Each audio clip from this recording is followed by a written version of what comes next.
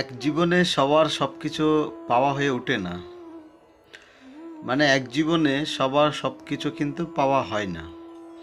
এই বিষয়টা যতই তাড়াতাড়ি মেনে নেওয়া যায় বা যতই মনকে এই বিষয়টা বোঝানো যায়, ততই তাড়াতাড়ি স্বস্তি মিলে।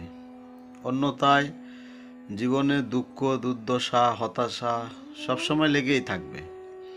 আসলে আমাদের এখানে এই পৃথিবীতে আমরা আসার পরে সৃষ্টিকর্তা আমাদের যা কিছু দেওয়ার সব কিছুই কিন্তু ফিক্সড করে রেখেছেন। মানে যে যে সময় যেটা পাবে সৃষ্টিকর্তা তার জন্য সেটা নির্ধারিত করে রেখেছেন। এর বাইরে আসলে কোনো কিছুই সম্ভব না।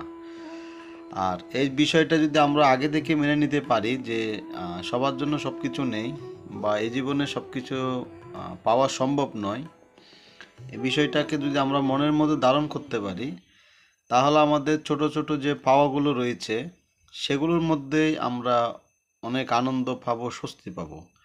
আর যদি এই বিষয়টাকে যদি আমরা মানতে না পারি, তাহলে জীবনটা দিন দিন অনেক কঠিন হয়ে উঠবে। আর কঠিন হয়ে ওঠা থেকেও যেটা গুরুত্বপূর্ণ বিষয় সেটা হচ্ছে যেটা ভাগ্যে নেই, কপালে নেই, সেটা তো আর সম্ভব না, তাই না?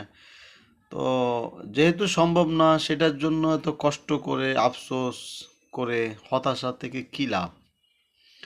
কারণ সব কিছু মিলিয়ে এই জিনিসটা মাথায় রাখা উচিত যে জীবনটা খুবই ছোট। এমনও তো হতে পারে যে আজকে যে মানুষটার সাথে দেখা হয়েছে ওই মানুষটার সাথে আর দেখা নাও হতে পারে, এরকম জীবনে তো হচ্ছে সব সময়।